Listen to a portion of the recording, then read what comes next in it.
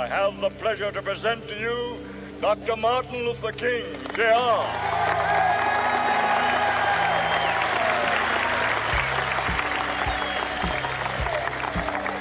I am happy to join with you today in what will go down in history as the greatest demonstration for freedom in the history of our nation.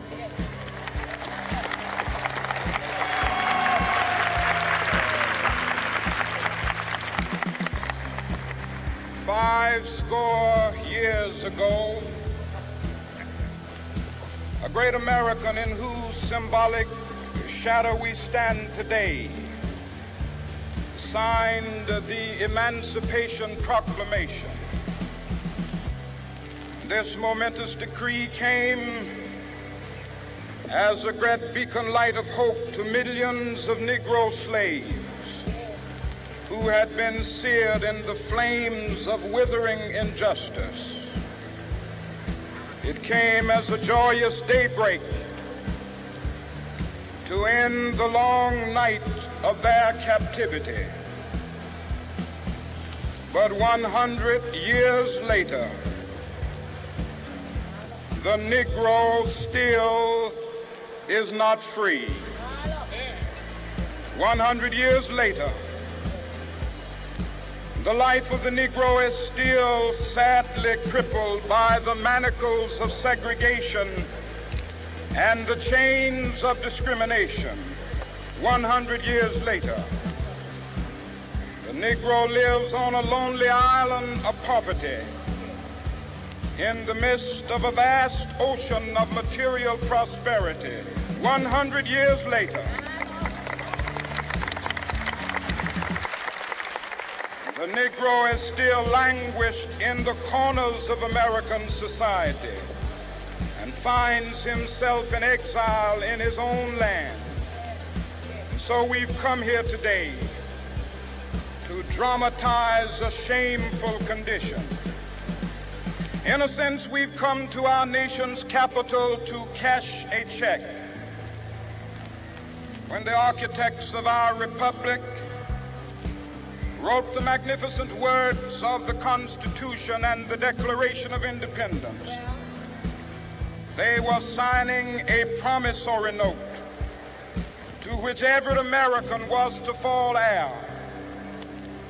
This note was a promise that all men, yes, black men as well as white men, would be guaranteed the unalienable rights of life, liberty, and the pursuit of happiness.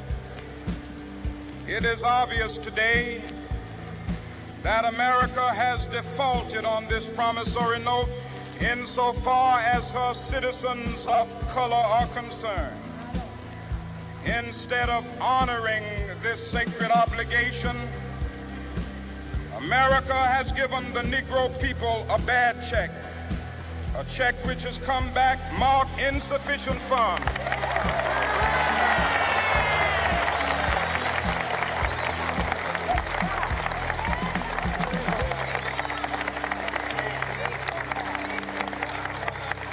But we refuse to believe that the Bank of Justice is bankrupt. We refuse to believe that there are insufficient funds in the great vaults of opportunity of this nation.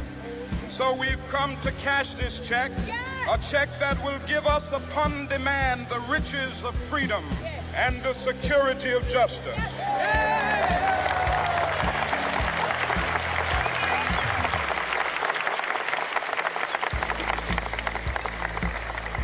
We have also come to this hallowed spot to remind America of the fierce urgency of now. This is no time to engage in the luxury of cooling off or to take the tranquilizing drug of gradualism.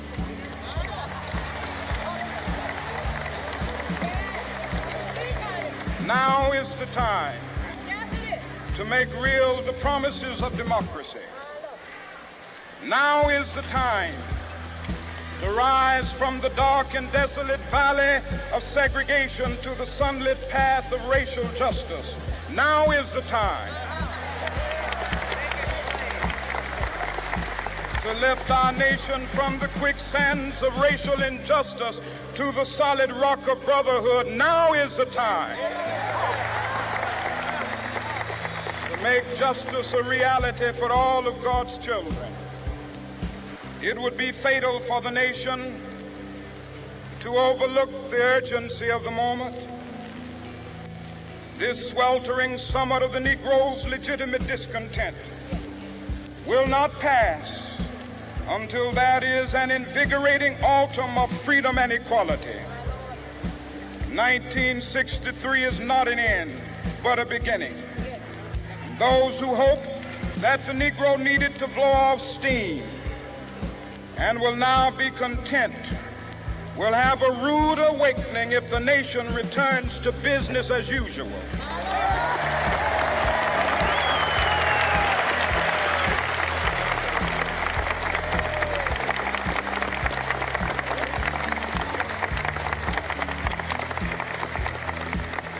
There will be neither rest nor tranquility in America until the Negro is granted his citizenship rights.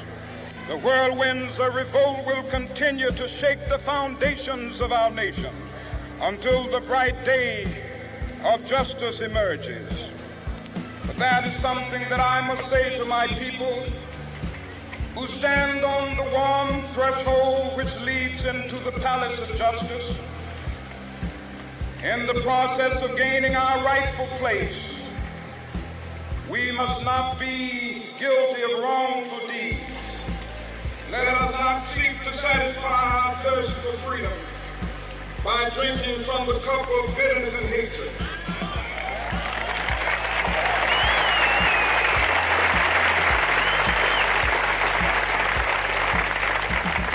We must forever conduct our struggle on the high plane of dignity and discipline.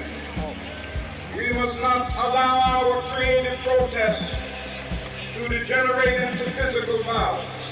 Again and again, we must rise to the majestic heights of meeting physical force with soul force.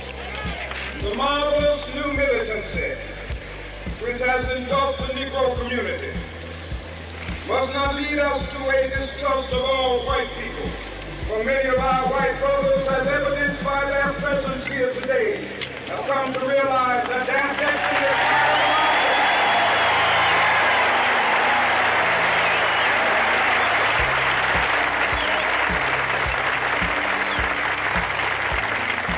They have come to realize that their freedom is inextricably bound to our freedom. We cannot walk alone.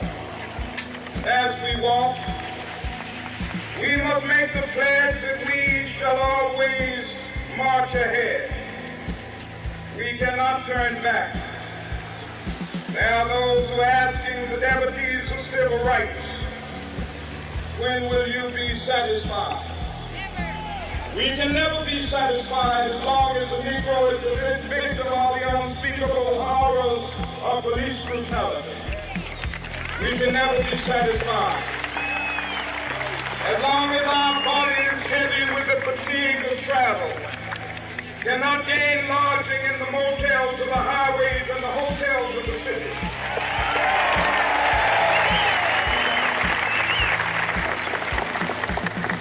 We cannot be satisfied as long as a Negro in Mississippi cannot vote and a Negro in New York believes he has nothing for which to vote.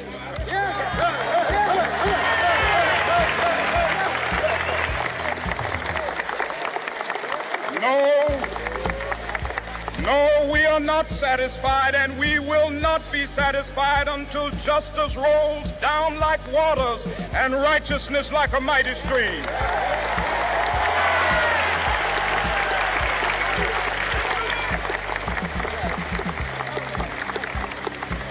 I am not unmindful that some of you have come here out of great trials and tribulation. Some of you have come fresh from narrow jail cells.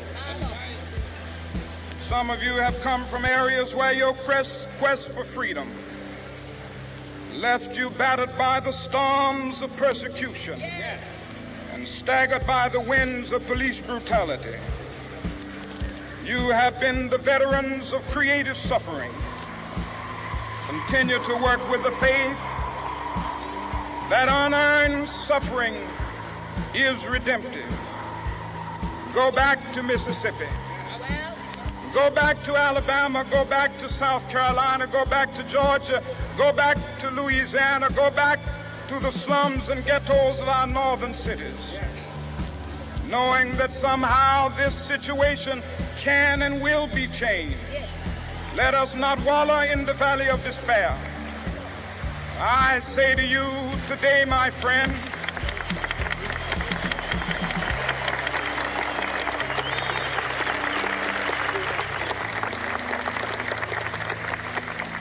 so even though we face the difficulties of today and tomorrow, I still have a dream.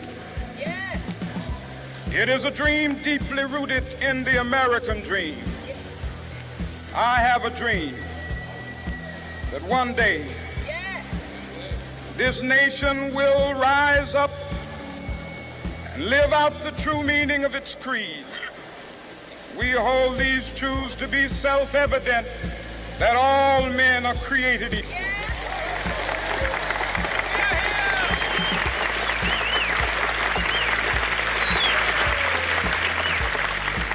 I have a dream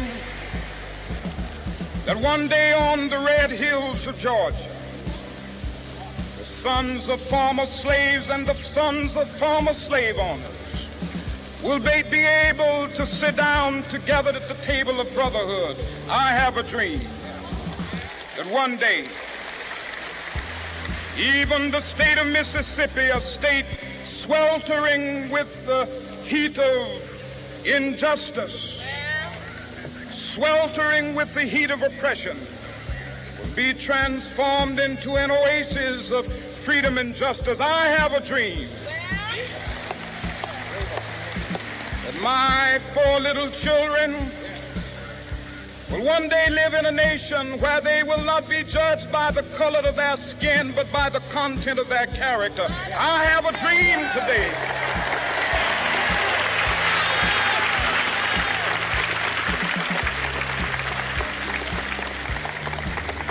I have a dream that one day down in Alabama, with its vicious racists, with its governor having his lips dripping with the words of interposition and nullification, one day right there in Alabama, little black boys and black girls will be able to join hands with little white boys and white girls as sisters and brothers. I have a dream today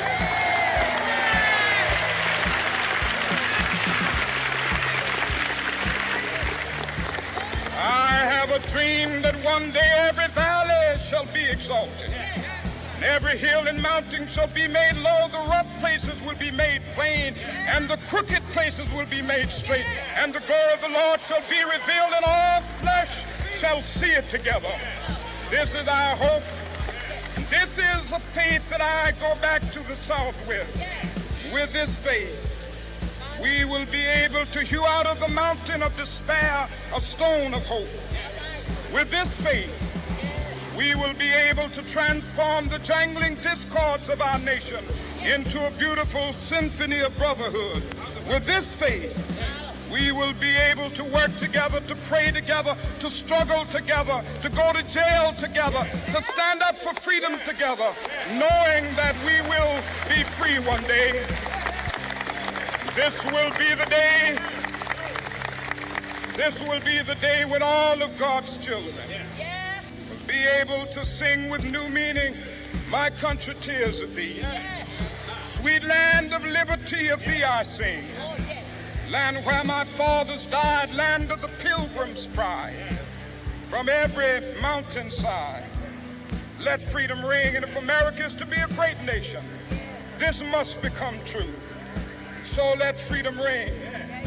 From the prodigious hilltops of New Hampshire, let freedom ring.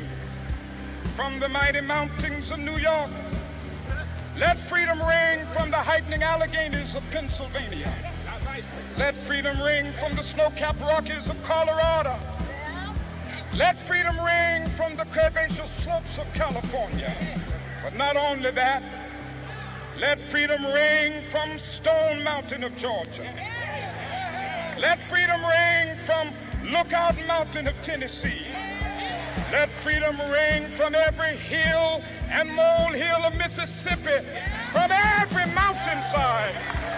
Let freedom ring, and when this happens,